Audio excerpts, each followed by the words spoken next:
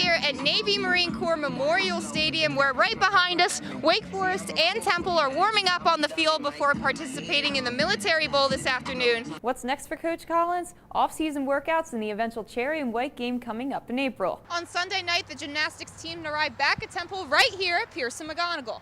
And despite their unforeseen adventure, the girls think that this has made them stronger and more competitive as a team. At 16-15 on the regular season, the Owls have only one way to get to March's big dance, and that's by winning the conference tournament. In her 9-year stint on North Broad, Coach Tanya Cardoza has been at the forefront of an evolving women's basketball program. If anyone emulates the Big Five, it's Fran Dunphy. Temple's head coach has been one of the most active men in Philadelphia college basketball. Oh yes, we do. We have football, soccer, field hockey, and even some basketball. The Owls were in full flight this past weekend, so let's jump right in. The gymnastics team left campus around 2 p.m. on Friday afternoon, en route to a meet at the University of Pittsburgh. The girls were hoping to beat the storm coming their way, but Mother Nature had other plans. On a good day, this is a 5-hour ride, but the girls spent 30 hours stuck in a blizzard on the Pennsylvania Turnpike before being rescued by the National Guard. It was, of course, an eventful weekend. The women's gymnastics team returned to a regular schedule on Monday after enduring a weekend that was anything but normal. 30 hours aboard a bus, halted by Blizzard Jonas. Stranded on the Pennsylvania Turnpike in Somerset County, 80 miles outside of their destination of Pittsburgh. From the beginning of their trip on Friday afternoon to their eventual rescue on Saturday night, the team documented their adventure on their Twitter account, and it exploded on national news and social media. In both directions, among those stranded are members of the Temple University women's gymnastics team. It would just like ripple through the bus. Oh, we're on Philly News. Someone said that we had been in news in Colorado. Now we're on ESPN. Like, it was kind of just erupting and kind of crazy. It was a difficult situation where the girls didn't know exactly when they would move again. They passed the time playing Uno and watching Disney movies, keeping each other calm until firefighters and the National Guard came to their rescue around 8 o'clock on Saturday night. And nobody got overly excited. Nobody was too anxious about it or anything, but those 30 hours, I mean, we are so close now. So if we weren't bonded before, we're definitely bonded now. It's never a good situation to be stuck in one spot, kind of terrifying. When the National Guard came with the MREs, that was definitely an experience. On Sunday night, the gymnastics team arrived back at Temple right here at Pearson McGonigal. And despite their unforeseen adventure, the girls think that this has made them stronger and more competitive as a team.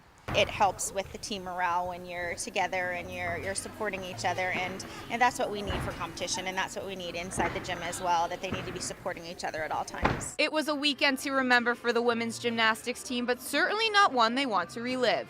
After spending 30 hours stuck in a snowstorm, the girls are more than excited to get back out on the mats and make the most of the rest of their season.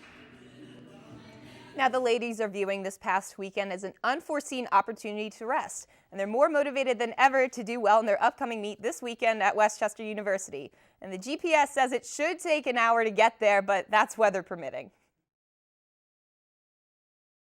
It was December 13th when Jeff Collins landed at Philadelphia International Airport from Gainesville, Florida to take the head coaching job, and since then he's not stopped running. A new staff, helicopter trips to see recruits, National Signing Day. In our first one-on-one interview with Collins, I had a chance to talk with him about his outlook as the Owls head into 2017. It is a dream come true for me to be a head football coach. When the opportunity on North Broad Street presented itself in December, Jeff Collins was quick to leave his position at the Swamp and head for the Sky. When I first got the job, the number of text messages, emails about wanting to join the staff, A, because a lot of them knew me, but B, was because of Temple. Collins is no stranger to success. In his time spent in the SEC, he was a part of programs that challenge players to be competitive in practice, translating to victories on the field.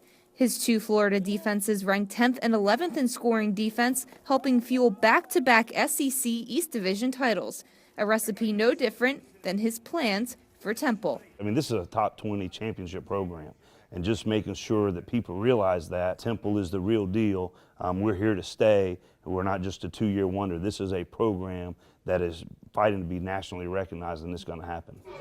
MMJ. As Jeff Collins and his family adjust to their new life in the city of brotherly love, he is looking forward to his first offseason on North Broad and building on the Owls championship program. The culture that's been established here over the last 10 years, the championship culture, approaching every single day to be your absolute best.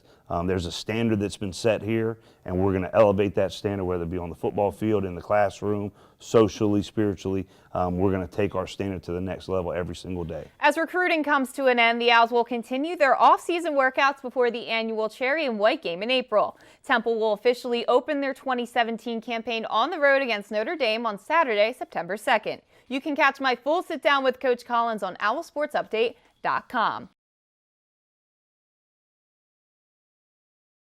Road wins are hard to come by in college hoops. Just ask the Owls. Temple was 2-7 on the road heading into their matchup with Memphis over the weekend. The Owls won the first meeting between the two teams in Philly back in late January.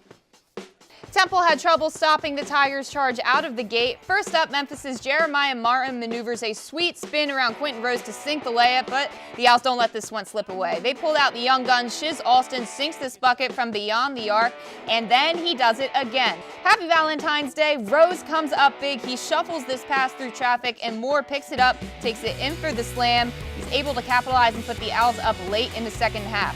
Memphis threatening a comeback as Randall shoots a long ball to put the Tigers within 9, and the Owls fend them off. Temple comes away victorious in this one over Memphis, 74-62. As this new chapter begins, Coach Collins is inspiring his team with the single-digit tough mentality. Historically, the Owls who wear single-digit jerseys represent all of the ideals that Temple football stands for. And speaking of, check this out. This was Delvon Randall ahead of the Cherry and White game on Friday night. The senior was awarded a single-digit jersey. Avery Williams was on hand to award his old number 2 to Randall, and Randall now joins 5 other teammates wearing single digits this upcoming fall.